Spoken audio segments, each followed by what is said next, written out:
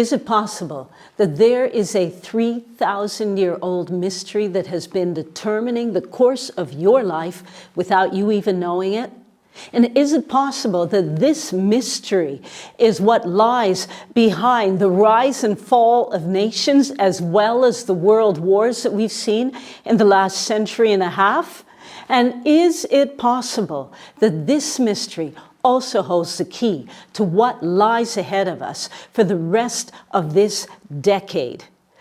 If so, this is a mystery that we cannot afford to be ignorant of any longer. My name is Arleen Westerhof, and in this week's weekly word of prophetic encouragement, I'm going to talk to you about what exactly this mystery is and why it is so important for us to know it. Why? Because as we are aware of it, we become those who are like Issachar, the tribe, knowing the times and the seasons, but also knowing what we and our families and our churches and our nations need to do.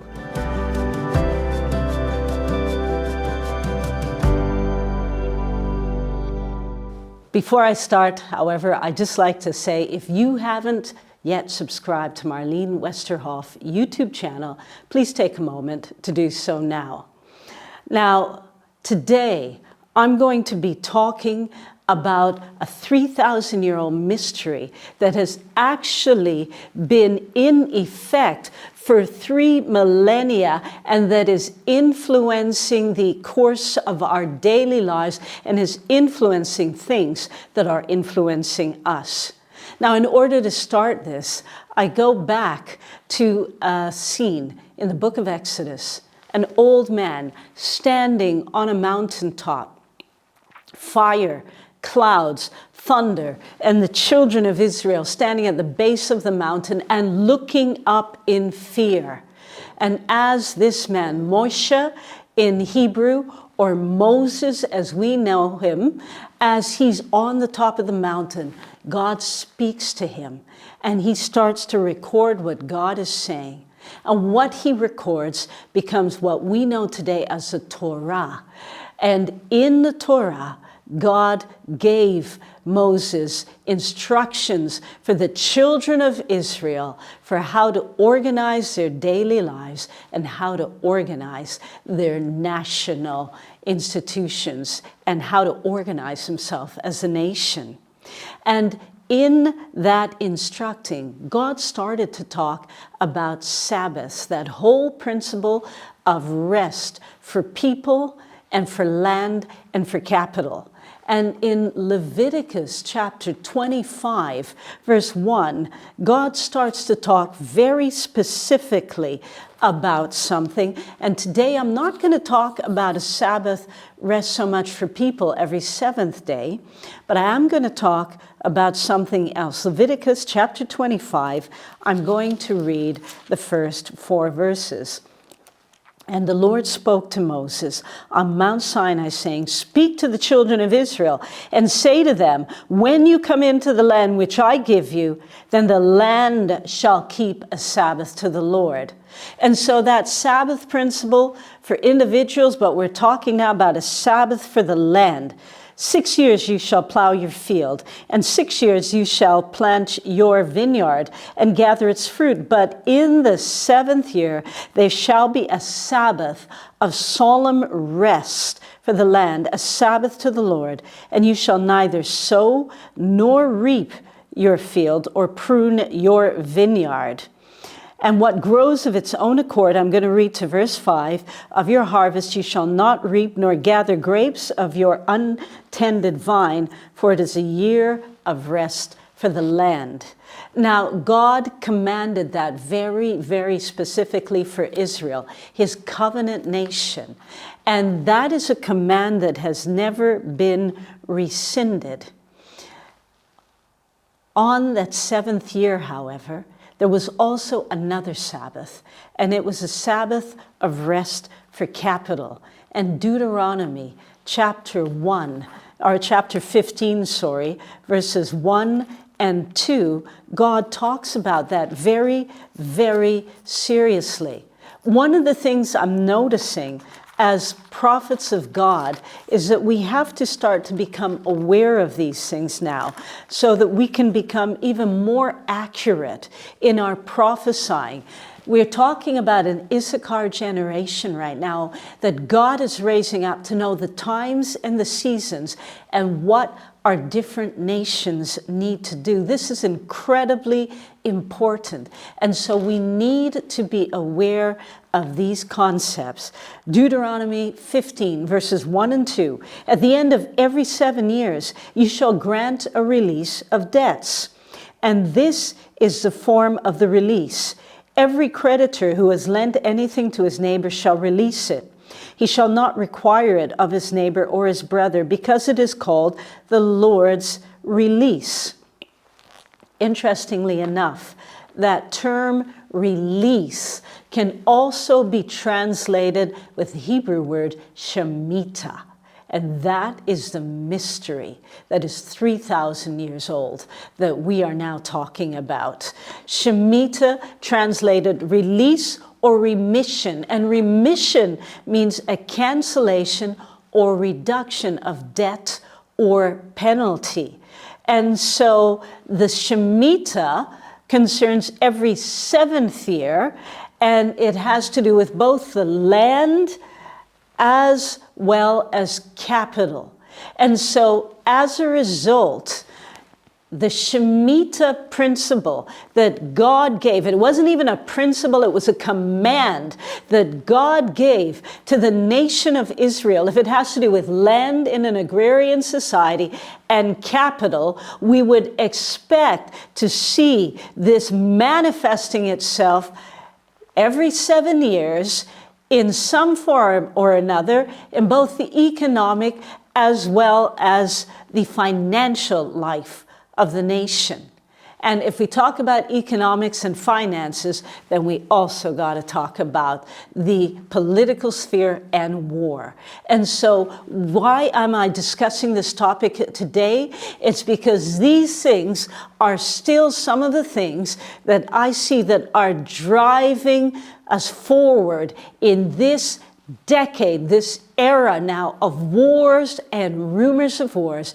And as God's prophets, we have to understand how they work. Would you just take a moment, type into your chat, if you agree with that, say, I am a prophet. All right? And if you're not so sure, type in as a statement of faith, I am prophetic. Now, the Shemitah, as we talked about, it has to do with every 7 years. The Shemitah also was what was behind the fall of Israel. Now that is very, very interesting. And I can see even some of you looking at your screens and saying, what is this woman saying? But if we talk about the fall of Israel, we know that when God led the nation of Israel into the promised land, that he gave them certain promises. And in Deuteronomy chapter 28, God talks about if they keep his commands and his ordinances, the things that he had commanded them to observe, to actually do and to keep, then they would be blessed in their coming, they'd be blessed in their going, they'd be blessed in their fields, they'd be blessed in their homes. God initiated, his commands and the Shemitah to be a blessing to his covenant people. However, he also said in Deuteronomy chapter 28, if you should not do these things, if you should disobey me, then cursed would you be in your coming and going. You will be cursed in your fields. You will be cursed in your homes. And in the end, the scriptures even say that the people would be driven off of the land that they had been given by God. And so we see the Shemitah, this year of release, of remission, as it were. It's about every 7th year, and it has to do with land, it has to do with capital. And Leviticus chapter 26, verse 31 through 35, is something that actually is also in play right now. Because Leviticus chapter 26, verses 31 through 35 says something else. And that says, God says, I will lay your cities waste if you don't obey me. And if you don't obey this ordinance, and I will bring your sanctuaries to desolation. I will not smell the fragrance of your sweet aromas. And he said, I will bring the land to desolation, and your enemies who dwell in it will be astonished at it. And God says, if they did not obey, said he would scatter them among the nations and would draw out a sword after them. Their land would be desolate, their cities lie waste, and here it is, actually, and then in verse 32, the land shall enjoy its Sabbaths. As long as it lies desolate, and you are in your enemy's land, then the land shall rest and enjoy its Sabbaths. As long as it lies desolate, it shall rest. For the time it did not rest on your Sabbaths when you dwelt in it. And so what was God saying here? God was saying here that as a consequence of disobedience, if the nation of Israel were supposed to do that, then he would drive them out of their land, and he would give the land the Sabbath rest every 7th year that they had not observed it. The land, one way or another, would get its Sabbath. And that has huge consequences. Why do I say that? Because in 586 before Christ, Israel went into exile. Nebuchadnezzar, the king of Babylon, actually took the people of Israel into exile. And Israel's land lay desolate for 70 years while the people were in exile. And God spoke before they left the nation, there would be 1 year for every Shemitah year, every Sabbath year, every 7th year that the children of Israel had failed to observe the Shemitah of the Lord. So we see that the Shemitah of God has a couple of aspects. It has a personal aspect. Israel was required to adhere to that individually, every Israelite. It also has a corporate aspect. Every family was expected to keep the Shemitahs and the Sabbaths of the Lord. It has a national aspect because the nation itself was supposed to do this. But now we see, even with Israel going into exile, that the Shemitah also has a global aspect to it. Could it be that the Lord raised up Nebuchadnezzar at the time that he did in order to allow the land to keep its Shemitahs? And when the 70 years of exile was through, which God had proclaimed through his prophets, that he then raised up another nation, the Persians, who came against the Babylonians and defeated them. And Israel was able to go back to its own land. This is the mystery of God's Shemitah, and it doesn't just extend to Israel. As we start to look at this mystery, and as we start to extend it now to what it means for us today and for other nations, there are a few things we have to do. First of all, we have to discern between God's ordinances and his prophetic signs. Type for a moment into your text thing, or your chat thing on your computer, discern between ordinances and prophetic signs. Discern between ordinances and prophetic signs. God's ordinances were for his covenant people, but God's word is true. If we keep his ways, if we walk in his paths, this is for all of us, then he will bless us. And if we turn from him in disobedience, then we will be cursed. Israel did that. They were cursed, but they remain God's covenant people. All right? But for the rest of us who have been grafted in by the blood of Jesus Christ, we can expect the same blessings, but we can also expect to see the same patterns in our personal lives, but also in our nations.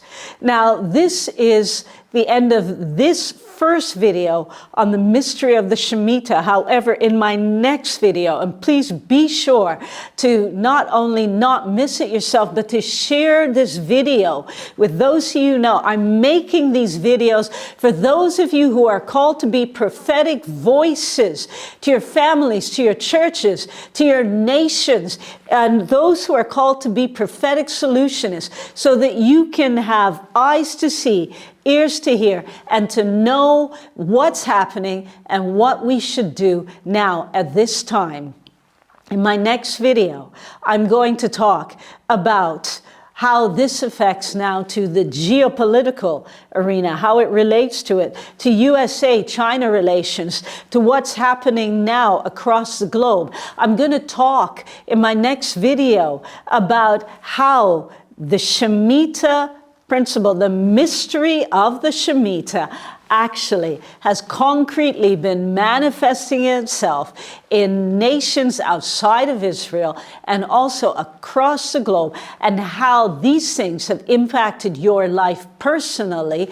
But even as important, I'm going to talk about what we can expect to see for the rest of this decade in light of God's revealed ordinance of the Shemitah for his people Israel, but for all who would believe.